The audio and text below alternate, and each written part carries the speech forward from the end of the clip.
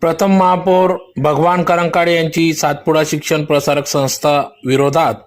शासकीय जमीन हडप केल्याच्या संदर्भात तक्रार। याबाबत वृत्त असे की धुळे शहरातील नगावबारी परिसरात असलेल्या सातपुडा शिक्षण प्रसारक संस्थेच्या विरोधात आज दिनांक 2 जुलै 2024 रोजी धुळे प्रांत जाधव साहेब यांना आज प्रथम महापौर भगवान करंकाळ यांनी सातपुडा शिक्षण प्रसारक संस्थेच्या विरोधात महसूल बुडवल्याचा तक्रार